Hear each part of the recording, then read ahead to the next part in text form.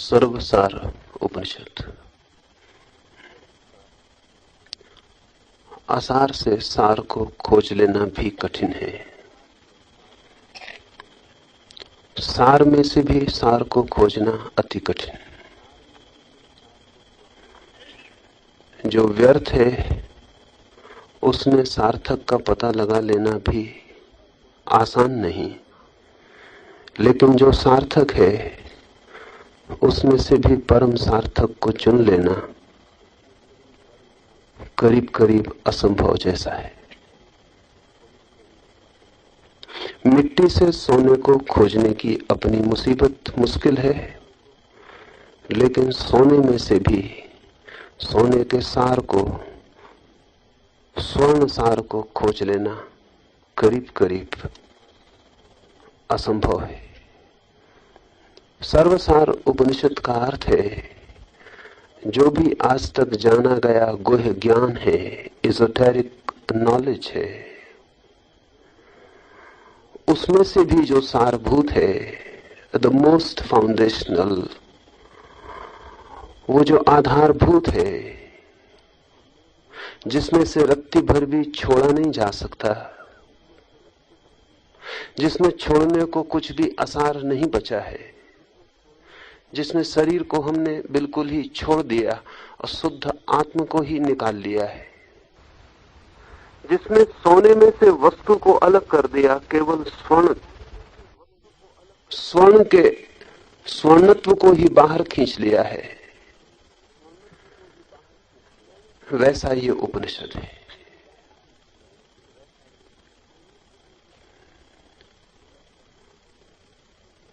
इस एक उपनिषद को जान लेने से मनुष्य की प्रतिभा ने जो भी गहनतम जाना है उस सब के द्वार खुल जाते।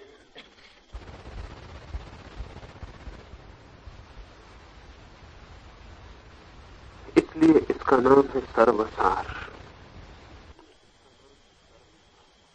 The secret of the secrets. गुह्य में भी जो गुह्य है और सार में भी जो सार है। खतरनाक भी है ऐसी बात, क्योंकि जितनी सूक्ष्म हो जाती है विद्या, उतनी ही पकड़ के बाहर भी हो जाती है। सत्य जितना शुद्ध होता है उतनी हमारी समझ से दूर भी हो जाता है। सत्य का कोई कसूर नहीं, हमारी समझ इतनी अशुद्ध है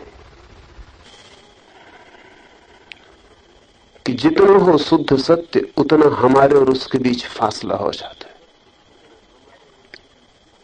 हमारी अशुद्धि ही कारण है।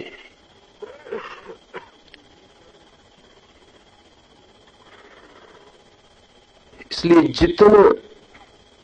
जितना सूक्ष्मतम सत्य है वो उतना ही हमारे व्यवहार में आने योग्य नहीं रह जाता। इसलिए इस देश में जीवन का परम ज्ञान खोजा गया, लेकिन हम उसकी चर्चा ही करने में समय को व्यतीत करते रहे। उसे जीवन में उतारना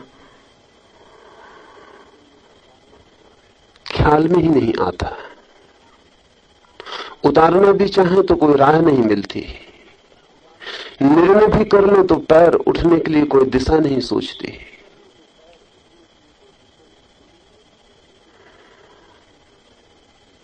इतना गहन है,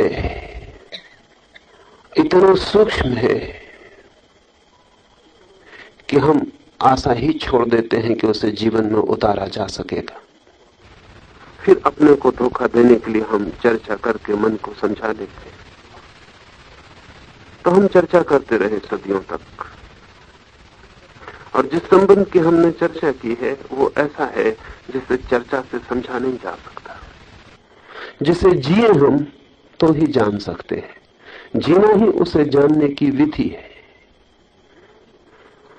चले उस पर तो ही समझ पाते हैं, चलना ही समझना है। कुछ आयाम है गहन जहां जानने और जीने में फर्क नहीं होता। जहां to know and to be are one and the same, जहां to be is the only way to know, जहां हो जाएं तो ही जान पाएं, लेकिन होना कठिन मालूम होता है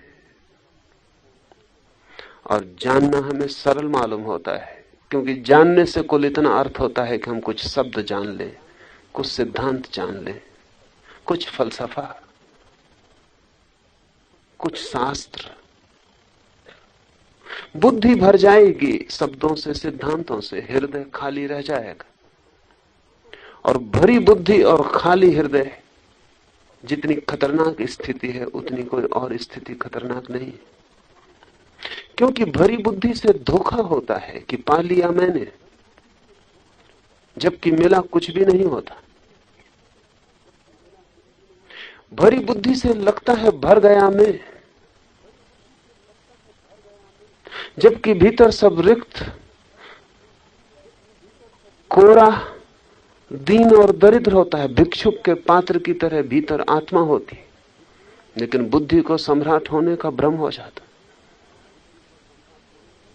तो बुद्धि से जितने लोग भ्रमित होते हैं, उतने लोग अज्ञान से भ्रमित नहीं होते।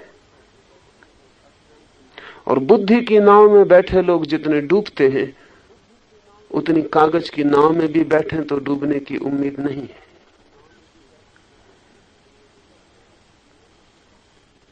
क्योंकि लगता ऐसा है जाना, और जान बिल्कुल नहीं पाते हैं। इसलिए मैंने कहा कि सर्वसार उपनिषद जैसे ज्ञान के जो सूक्ष्म सूत्र हैं, वे खतरनाक भी हैं, क्योंकि डर यह है कि हम उन्हें विचारणा का विषय बना लें, सोचें समझें और उनसे मुक्त हो जाएं। इसलिए पहले ही आपसे कह दूं, उपनिषद की बात में पढ़ना आग के साथ खेलने जैसा है।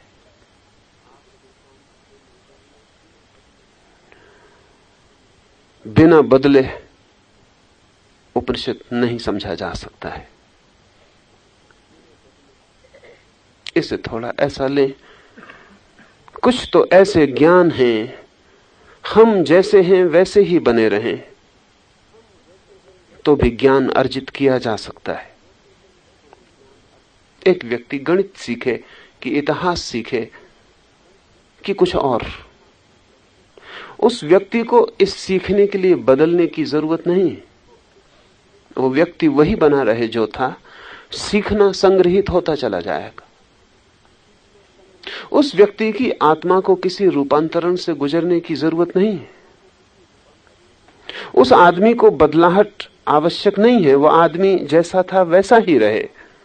ज्ञान इकट्ठा हो जाएगा। इतिहासज्ञ होने के लिए कोई आत्मक्रांति नहीं चाहिए, और न गणितज्ञ होने के लिए, और न वैज्ञानिक होने के लिए। लेकिन धर्म का मामला बिल्कुल ही भिन्न है। वहां ज्ञान के पहले रूपांतरण चाहिए।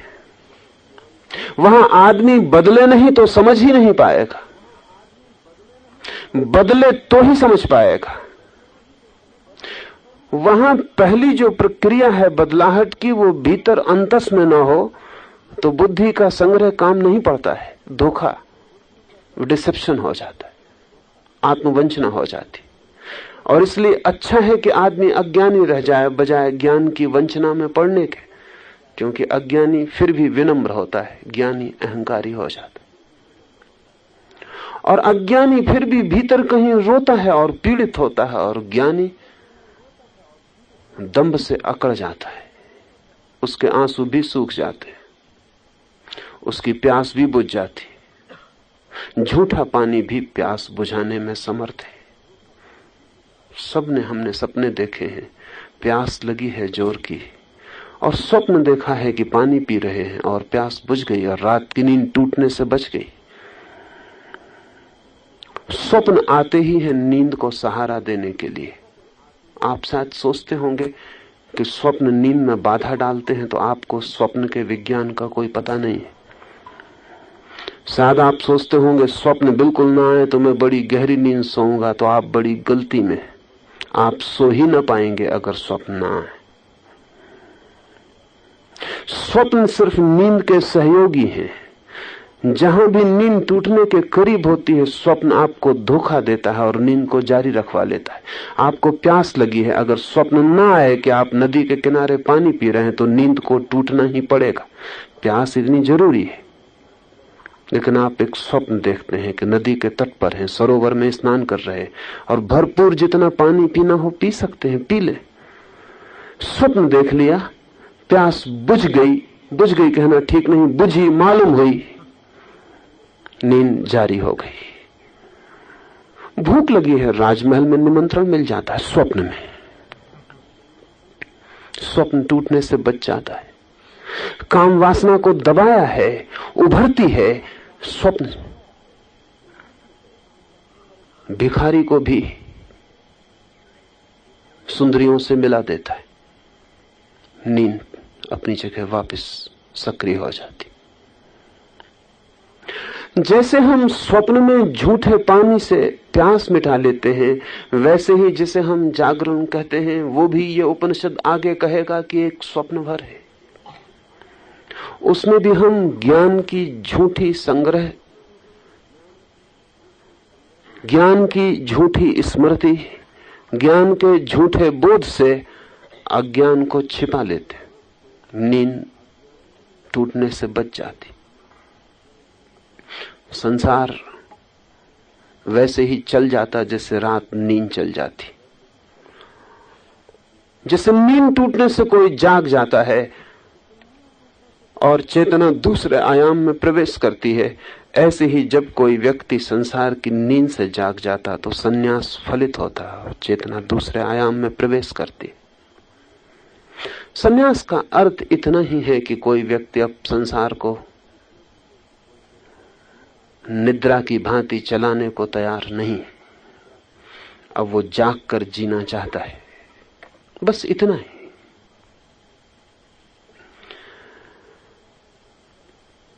उपनिषद पर चर्चा करके अगर आप ज्ञानी हो जाएं, तो मैंने चर्चा की तो गलत किया, आपका दुश्मन हुआ। उपनिषद की चर्चा करके अगर आप आत्मक्रांति पर निकल जाएं, तो ही मैंने जो कहा वो हितकर था, कल्याणकर था। मैं जो कहूंगा वो विष बन सकता है, जहर बिल्कुल, अगर उसे आपने चर्चा बनाया और बुद्धि का भोजन बनाया और अपनी नींद को संभाला। मैं जो कहूं वो अमृत भी हो सकता है, अगर आप उसे बुद्धि की बात न बनाए, वरन हृदय को बदलने की सामर्थ्य, शक्ति, संकल्प उससे जन्मा। इस पर निर्भर करेगा कि इस सर्वसार उपनिषद के साथ आप क्या करते हैं।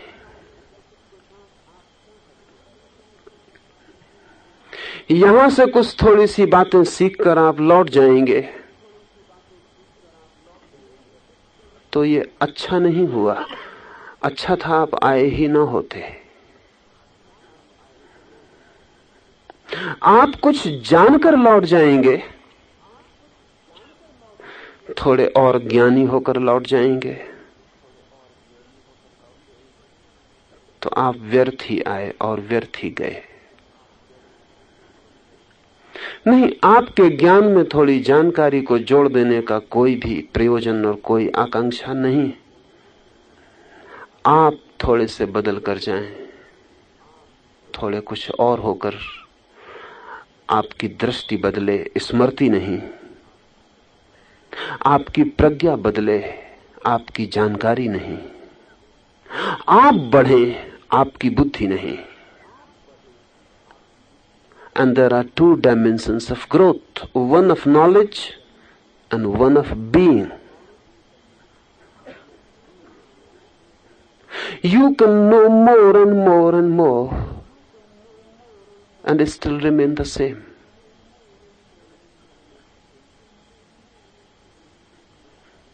Be more. The being must grow. Not knowledge, not accumulation, not information, but being.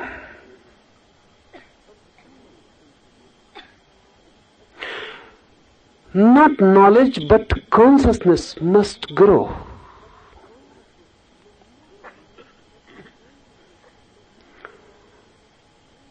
And only that growth which is of consciousness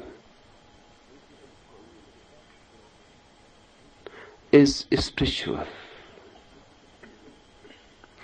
All else that just adds to your knowledge is nothing but a burden.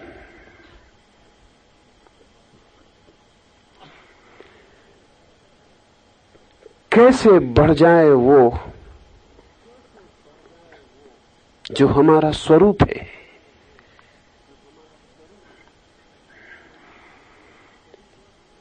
जानना नहीं, मेरा होना ही कैसे बढ़ जाए।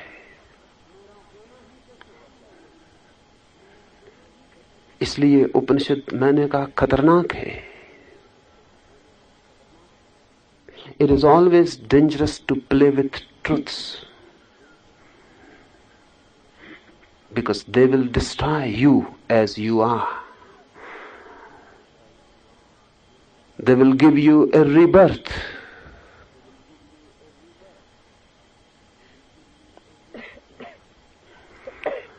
सत्य से जरा भी जूझना खेल नहीं है, खतरा है। क्योंकि सत्य आपको वही नहीं छोड़ेगा जो आप हैं, बदलेगा, तोड़ेगा, मिटाएगा, नया करेगा, नया जन्म देगा। निश्चित ही नए जन्म की पीड़ा है। बिना प्रसव की पीड़ा के नया जन्म कहां।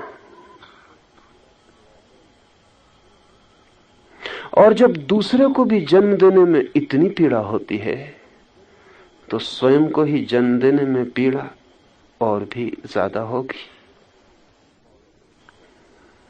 क्योंकि दूसरे को तो मां जन्म देते वक्त केवल 9 महीने ही पेट में रखती है। हमने अपने आप को अनंत अनंत जन्मों से पेट में रखा हुआ है। We are just pregnant for centuries and centuries and lives, and the birth has not happened. We are just pregnant, just a seed.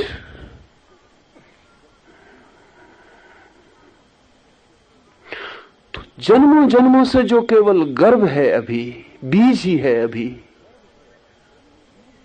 अनंत जन्मों हमने अपने को अपने ही गर्भ में रखा, अभी जन्म हमारा हुआ नहीं। वैसे ही जैसे कोई तितली अपने शंख में बंद है, जन्मों जन्मों से शंख टूटा नहीं, तितली उड़ी नहीं, उसने पंख आकाश में खोले नहीं। ऐसे ही हम अपने में बंद हैं। ये उपनिषद उस विज्ञान की बात है जिससे उस अंडे को तोड़ा जा सके, उस गर्भ को मिटाया जा सके। जैसे हमने अब तक अपना जीवन समझा, जो कि हमारा जन्म भी नहीं है। बीज का भी कोई जीवन होता है। बीज होता है जरूर, पर बीज का कोई जीवन होता है? जीवन होता है वृक्ष का। बीज का भी कोई जीवन है? सिर्फ एक संभावना, मात्र एक आशा, मात्र भविष्य। वर्तमान तो बीज का कुछ भी नहीं। होने की एक क्षमता, जीवन नहीं। जिसे हम जीवन कहते हैं वो केवल एक क्षमता है, एक बंद बीज। जीवन तो होता वृक्ष का, फैलता है खुले आकाश में, छूता है सूरज को, चांद-तारों तक पहुंचने के लिए शाखाओं को उठाता है। खिलते हैं फूल, पक्षी बसेरा लेते हैं, गीत भी, तूफान भी, आंधियां भी, धूप बरसात भी, संघर्ष भी, मौत से चुनौती भी, पल पल फिर जीवन है। बीच का भी कोई जीवन है, बीच केवल एक गर्भ है, हम भी एक गर्भ हैं। और पीड़ा बहुत होगी, पीड़ा बहुत होगी। हम सभी चाहते हैं आनंद हो, लेकिन बिना पीड़ा के चाहते हैं, इसलिए आनंद कभी नहीं हो पाता। कौन नहीं चाहता आनंद हो? कौन नहीं भूखा है आनंद का? कौन नहीं खोजी है? रोआ रोआ आनंद ही तो मांगता है, श्वास श्वास आनंद की ही तो आकांक्षा है। वही तो सबकी कामना है, फिर भी आनंद फलित नहीं होता, because no one is ready to pay the price. कीमत चुकाने कोई भी तैयार नहीं।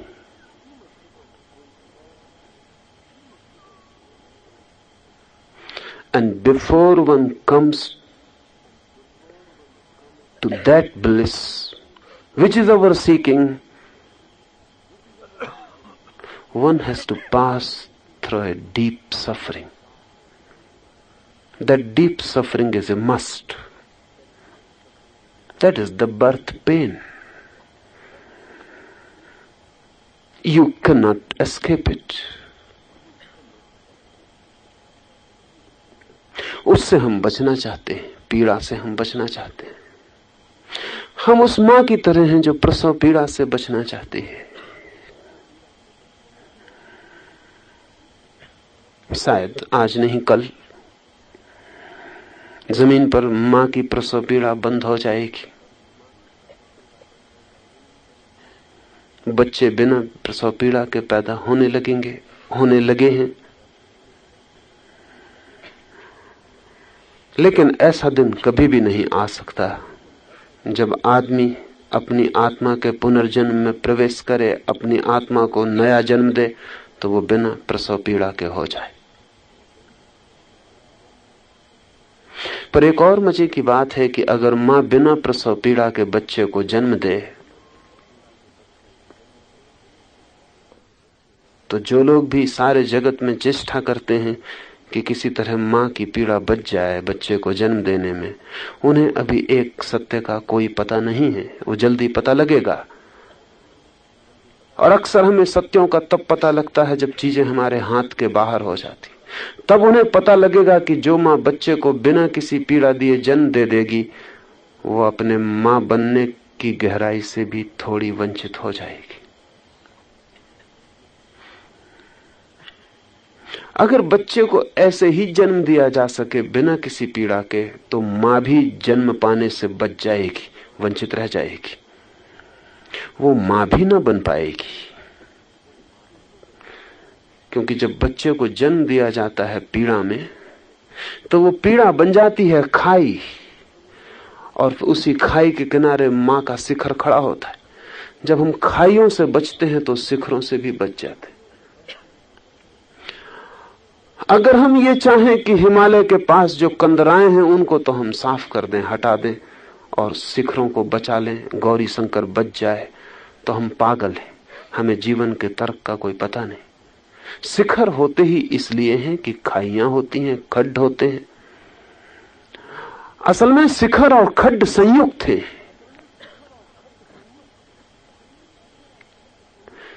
आदमी लेकिन भूलें करता है निरंतर एक जैसी। आदमी ने सोचा कि हम सब दुख मिटा दें तो बहुत सुख हो जाएगा, लेकिन बड़े मजे की बात है, जब सब दुख मिट जाते हैं तो पता चलता है कोई सुख बचा नहीं, क्योंकि वे संयुक्त थे। इसलिए अक्सर देखने में आता है कि गरीब आदमी से भी ज्यादा दुखी हो जाता है अमीर आदमी। गरीब समाजों से ज्यादा पीड़ित हो जाते हैं समृद्ध समाज। आज पश्चिम की तकलीफ यही है कि उन्होंने बहुत से दुख मिटा लिए जिनकी वजह से हम दुखी हैं। उन्होंने वे सब दुख मिटा लिए। इस आशा में बड़ी मेहनत की उन्होंने कि जिस दिन दुख न होंगे उस दिन सुख ही सुख बच जाएंगे। दुख मिट गए, पता चला कि उन्हीं के साथ वे सुख भी मिट गए। खाइयां मिट गई, शिखर भी मिट गए। रातें तो मिट गई, साथ में दिन भी मिट गए। कांटे तो हमने झाड़ के साफ कर दिए गुलाब के पौधे से, लेकिन हम कांटे झाड़ने में लगे रहे। जब हमने ऊपर नजर उठाई तो पाया कि फूल भी गिर चुका है। वो उन कांटों के साथ ही होता था, वे संयुक्त थे।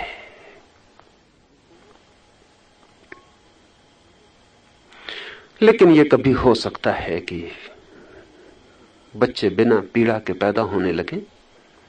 यह कभी नहीं हो सकता कि आदमी अपने नए जीवन को बिना पीड़ा के पाले। ये नहीं हो सकता। इसका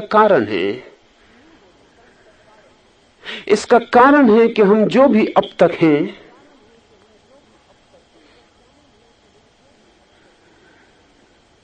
उसे तोड़ना पड़ता है, उसे मिटाना पड़ता है, उसे हटाना पड़ता है नए के लिए जगह बनाने को।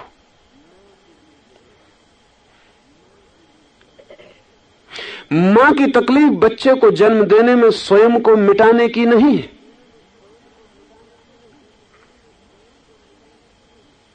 मां की तकलीफ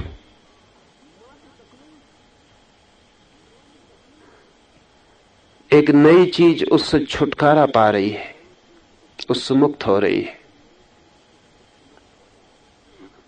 उसका झटका है, उसका धक्का है। लेकिन जब कोई व्यक्ति अपने को जन्म देता है, तब कोई और चीज को वो जन्म नहीं दे रहा है।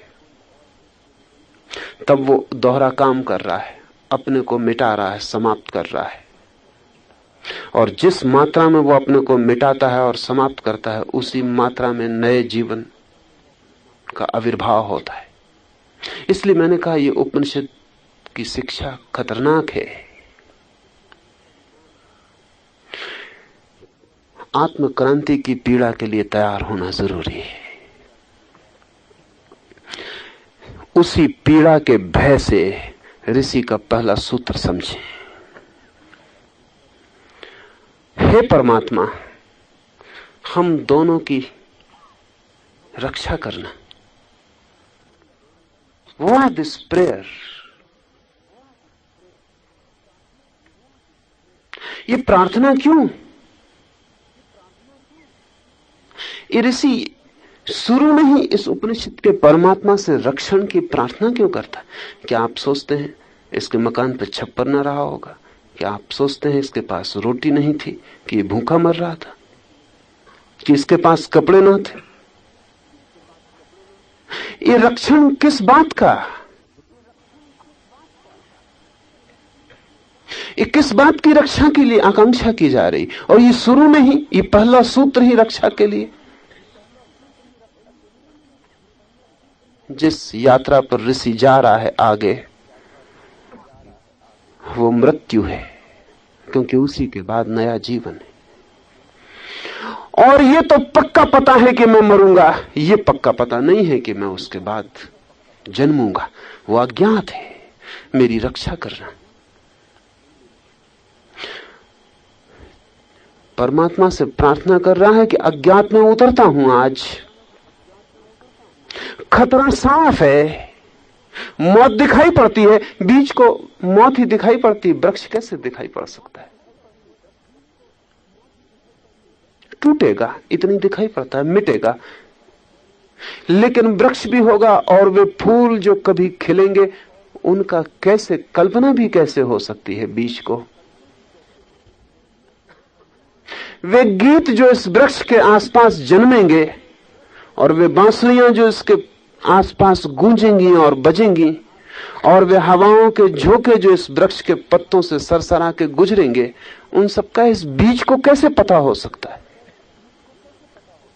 वसंतों की इसे अभी क्या खबर? और वर्षा में जब बूंदें इस वृक्ष के ऊपर गिरेंगी,